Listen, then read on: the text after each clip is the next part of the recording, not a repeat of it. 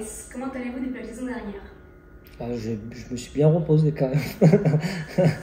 Non, ça va bien, ça va bien. Ça va bien parce qu'on a eu quand même 2 mois, plus de 2 mois de vacances quand même.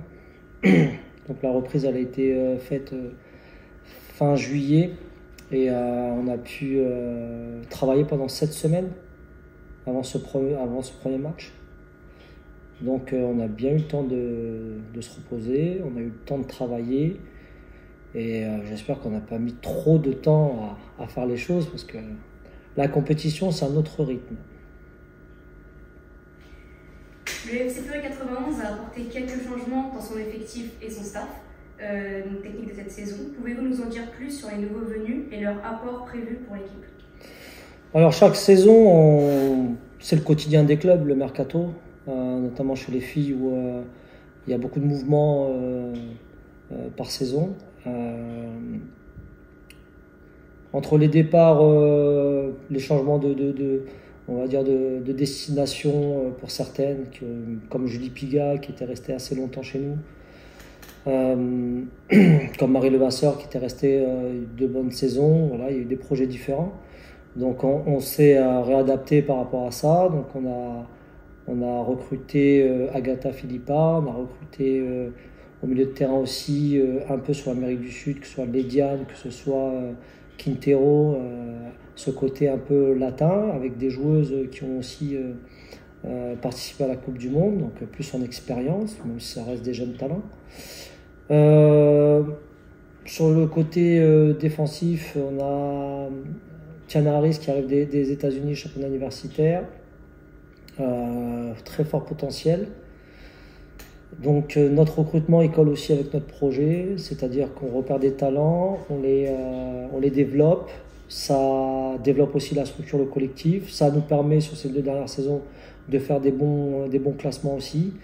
Et ensuite, les projets sont différents et on leur souhaite toujours d'aller le plus haut possible. Bon, si nous on peut y aller ensemble, c'est l'objectif. Plusieurs joueuses de votre effectif ont participé à la Coupe du Monde, donc notamment Léa Lugarec avec la France, Sarah Cassie avec le Maroc, Chantal Swabi avec la Jamaïque, Batcha Baloui avec Tahiti et Quintero avec le Panama. Qu'avez-vous pensé de leur performance?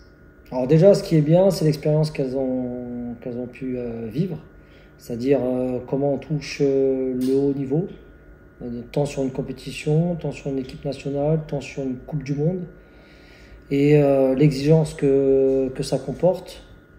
Et cet apprentissage, c'est de venir se renforcer, être leader et le diffuser dans son club. Alors il y a d'autres joueuses qui sont internationales. Certains n'ont pas été à la Coupe du Monde. Je pense notamment à celles qui font la CAN+, comme le Cameroun, l'Algérie. Je pense aussi à la Côte d'Ivoire. Je pense aussi à la Pologne, les Polonaises aussi qui sont internationales. Donc aujourd'hui, il faut que ça enrichisse notre collectif et que ça se diffuse parce que je pense qu'il faut beaucoup d'expérience pour atteindre les playoffs. Erin Fontaine a également performé avec l'équipe de France U19 lors de l'Euro. Ouais. Comment jugez-vous sa progression? Je pense que c'est la joueuse qui a le plus joué de sa génération en D1, en D1 la saison passée. Ce qui lui a permis d'être titulaire sur ce championnat d'Europe en attaque avec Ribadera qui est au Paris FC, qui a aussi beaucoup joué, mais pas en temps de jeu, mais qui a quand même participé à beaucoup de matchs du Paris FC. Sont deux joueuses qui, avec d'autres aussi, Tiniba qui a au Paris Saint-Germain maintenant, il y a un certain nombre de talents qu'on va retrouver en D1. Donc Erin, elle a fait sa première saison complète, elle a été nommée dans les révélations. Et en fait, la deuxième saison, c'est confirmer ce qu'elle a pu montrer, son potentiel. Et c'est encore une jeune joueuse, elle a 19 ans. Donc elle a encore 2 saisons, je considère 18 jusqu'à 20 ans, elle a encore 2 saisons vraiment pour apprendre au maximum, corriger, pour après faire une saison qui va lui permettre d'atteindre des clubs plus élevés, mais sinon on y arrive rapidement, ça profitera aussi à son expérience. Concernant le championnat, Que pensez-vous de la nouvelle formule championnat avec les playoffs? Alors c'est innovant pour tout le monde. Forcément, le championnat sera en 2 temps parce qu'il y aura un premier passage avec un classement final qui ne déterminera pas la championne. Ça déterminera seulement l'avantage des terrains. Ensuite, dans un deuxième temps, il y a les playoffs. C'est un match à élimination directe. Donc on n'est plus sur un marathon, on n'a plus le droit à l'erreur. On n'a plus le droit de faire match nul. Voilà, c'est soit quelqu'un gagne, soit quelqu'un perd. Et mentalement, c'est 2 choses différentes. C'est comme si vous jouez la coupe et vous jouez le championnat. Quelles sont les ambitions et les attentes du FC Fleury 91 pour cette saison de D1 Arkema et avez-vous de nouveaux objectifs? Nous, nouveaux objectifs parce que nouvelle formule, forcément. S'il n'y avait pas eu cette formule, je vous aurais dit continuer à être dans le haut du classement. Donc toujours convoiter cette 4e place, la garder, la chérir. Et après, si dans la saison on est capable, comme la saison passée, de reproduire le même scénario, ça sera basculer sur la 3e place. C'est un peu ça l'objectif, donc pour avoir cette sensation de progression. Mais en vérité, nous, former, être attractif, marquer des buts, avoir une qualité de jeu, le centre de formation qui arrive, les infrastructures derrière, on est sur autre chose aussi. On a un projet club qui est plus large que dans d'autres équipes. On est la seule équipe qui n'ont pas des garçons professionnels. Donc c'est une anomalie, mais ça fait aussi notre authenticité. Qu'attendez-vous de ce premier match du championnat contre l'En-Avant Guingamp? Moi j'attends en fait que l'ensemble de mon groupe réponde physiquement à la préparation, qu'elle rentre sur ce terrain avec, je sais qu'elles ne seront pas à 100%, pour avoir participé à beaucoup de premiers matchs, c'est très difficile d'arriver à 100% sur la première journée avec autant de temps de préparation. Parce que l'intensité du championnat reste l'intensité du championnat, même si vous avez fait des bons matchs amicaux, même si vous en avez fait 6, ça reste que la compétition, c'est la compétition. Donc moi, ce que j'attends, c'est peut-être que ce soit pas forcément une domination totale sur 90 minutes, mais que tout un groupe réponde en fait aux attentes du projet, du plan de jeu que je définirai pour demain. Et prendre les 3 points pour tout simplement installer rapidement la confiance. Dernière question. En tant que directeur du football, pouvez-vous nous donner quelques infos sur la montée en puissance du FC Fleury 91? En quelques mots, on a donc la D1 féminine qui fait office de locomotive du club.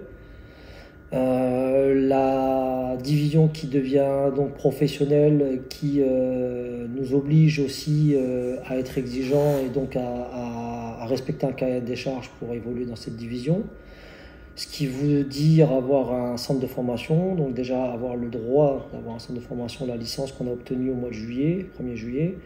Donc c'est l'agrément délivré par la DRAGES et la DTN. Donc aujourd'hui on a le droit, on fait partie des 6 clubs sur 12 qui ont ouvert leur centre de formation. Maintenant c'était finir aussi les accords avec la région, la politique pour construire un centre de formation autour de Bobin. Donc là on est dans la continuité. Donc ça c'est le côté féminin avec le centre de formation, avec les U19 nationaux, avec cette convention avec le lycée, le double projet scolaire et sportif. Donc le lycée Timbaud, voilà, qui nous épaulera, avec la possibilité d'héberger, donc c'est de recruter aussi des jeunes talents plus tôt, pour les intégrer plus tôt en D1. Ça c'est le côté filles qui se passe plutôt bien. Côté garçons, donc l'objectif c'est de faire monter les garçons de National 2 National 1, c'est d'avoir des équipes jeunes au plus haut niveau élite, donc U17 NAS, U19 NAS. Puisque beaucoup sont déjà en R1. C'est de faire remonter la R2 en R1 et ensuite de continuer à faire monter plus haut, parce que si vous avez trop d'écart entre l'équipe première senior garçon et l'équipe la réserve, vous pouvez pas, c'est pas bénéfique en fait. Vous ne pouvez pas utiliser ce que vous avez en bas pour les faire monter parce qu'il y a trop d'écart. S'ils sont en Ligue 2, vous êtes en R1, il y a trop d'écart, c'est pas possible. Donc en fait l'idée c'est que tout le monde monte. Mais bon, comme il faut toujours, on choisit jamais qui monte, donc on commence aussi par un peu par l'élite, et ensuite on fait monter tranquillement les jeunes. Donc le projet il est ambitieux, très ambitieux, il se décline sur 3, 4, 5 ans, et puis on a aussi une volonté de renforcer cette image FC Fleury 91. Vous avez vu le logo a évolué, on essaye aussi de renforcer avec le partenariat, donc vous avez vu les équipes sont de plus en plus élargies, les pôles sont bien dessinés, bien structurés, donc le club s'est bien structuré et doit continuer à le faire. Bonjour Fallon, comment allez-vous? Bonjour, je vais bien. Comment évaluez-vous la performance de l'équipe et quel enseignement tirez-vous de ces matchs de préparation? Je trouve que l'équipe se porte bien et que les matchs de préparation sont très bien passés. Donc nous sommes prêts pour le match de demain. Pouvez-vous nous parler de votre préparation personnelle pour cette nouvelle saison et les objectifs, si vous en êtes fixés, en tant qu'arrière latéral de l'équipe? On s'est fixé toujours des objectifs. Cette année, voilà, c'est de faire mieux que la saison passée. Voilà, je suis bien préparé mentalement, je suis bien et je pense que c'est le plus important. Comment jugez-vous votre adversaire en avant Guingamp pour ce premier match de championnat et quelles sont les clés pour obtenir un résultat positif? En avant Guingamp, c'est une bonne équipe. En face, nous aurons des bonnes joueuses. Mais nous aussi, nous avons des bonnes joueuses et je pense que c'est un match capital pour nous. Les matchs d'entrée, c'est toujours important de gagner pour mieux continuer en fait. Et je pense que nous sommes prêts pour ça. Quel conseil donneriez-vous aux joueuses de l'équipe qui sont arrivées à l'intersaison et qui pourraient faire leur début en D1, Arkema demain? Conseil que je peux leur donner, c'est pareil, qu'elles soient nouvelles ou anciennes. Je pense que nous avons des objectifs communs et nous travaillons ensemble pour avoir des bons résultats. Et je pense que toutes les filles sont concentrées sur le match de demain. Pouvez-vous nous parler de l'ambiance et de la cohésion au sein de l'équipe avant le début de la saison et comment cela peut-il influencer sur vos performances et sur le terrain?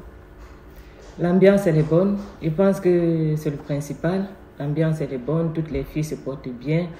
Et nous, la seule chose que nous avons dans la tête, c'est de bien commencer le match de demain. Merci beaucoup, Fallon, d'avoir répondu à la question. Merci.